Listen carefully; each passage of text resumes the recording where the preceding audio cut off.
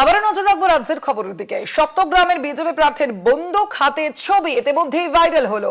AI দিয়ে তৈরি video, দাবি বিজেপি প্রার্থীর। যে ছবি আপনাদের সামনে ইতিমধ্যেই তুলে ধরছি, এই ছবি কিন্তু ভোটের আবহে যথেষ্টই তোলপাড় ফেলে দিয়েছে। সপ্তগ্রামের বিজেপি প্রার্থীর বন্দুক হাতে এই ছবি ভাইরাল হয়েছে। যদিও এই ছবির সত্যতা যাচাই করেনি কলকাতা টিভি, তবে এই ছবি ইতিমধ্যেই কিন্তু ভাইরাল হয়েছে এবং এই ছবি নিয়ে এই তোলপাড় সৃষ্টি হয়েছে। আমরা কথা বলবো নিয়ে, আমাদের সঙ্গে ফোন লাইনে রয়েছেন প্রতিনিধি দেবাশিস চক্রবর্তী।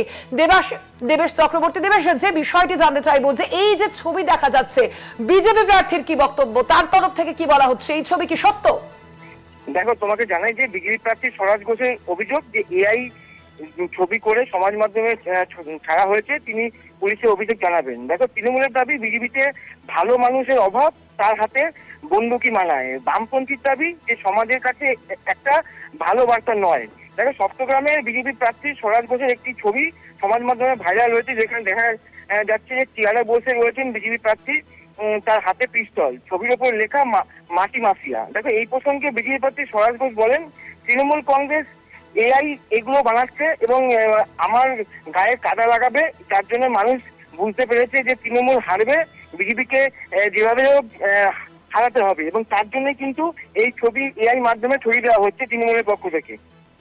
এই ছবি কারা ভাইরাল করেছে দেবেশ? বিজেপি প্রার্থী এ বিষয়ে কি বলছে? কাদের বিরুদ্ধেই তার এই অভিযোগ? দেখো, যেটা জানা যাচ্ছে যে এই স্বরাজ ঘোষ বলছেন যে তৃণমূলের কেউ এই ছবিটা এআই দিয়ে ছবি বানিয়ে সোশ্যাল মিডিয়ায় পোস্ট করেছে এবং তিনি কিন্তু সম্পূর্ণভাবে তৃণমূলকে দায়ী করছেন এবং এই বিষয়ে কিন্তু তিনি থানায় অভিযোগ করবে। ধন্যবাদ তোমায় দেবেশ।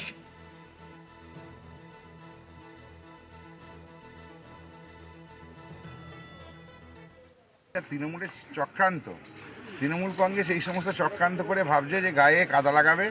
এই ধরনের গায়ে কাদা লাগিয়ে মানুষকে ভুল বুঝিয়ে কোনো লাভ নেই, কারণ ওটা যে এআই ফোন দিয়ে বানানো। আর যে অস্ত্র দেখাচ্ছে, আমি তাদেরকে বলি যে আমাকে এরকম দেখাতে হবে না। পশ্চিমবঙ্গ সরকার আমাকে লাইসেন্স দিয়ে আমাকে মেশিন দিয়েছে। এরা যেভাবে অস্ত্র নিয়ে দেখাচ্ছে, এই তৃণমূলের কালচার হচ্ছে অস্ত্র নিয়ে কাজ করা। আমি এই বিষয়ে যে মগরা থানাকে আমি লিখিত জানাবো। বিজেপিতে ভালো মানুষের অভাব আছে, যার কারণে এই ধরনের ক্যান্ডিডেটকে বিজেপির প্রয়োজন হচ্ছে বিধানসভায় দাঁড় করানোর জন্য। আজকে দেখছেন বন্দুক হাতে, কালকে দেখবেন পাবলিকের মাথায় বন্দুক নিয়ে দাঁড়িয়ে রয়েছে। এই ধরনের ছবিগুলো ভেসে উঠবে। আর এই বন্দুক তো আর ফেক নয়, এই বন্দুক এদের নিজেদেরই বন্দুক। সুতরাং এই ধরনের মানুষগুলোর থেকে সপ্তগ্রামবাসীকে যত দূরে থাকা যায় ততই ভালো।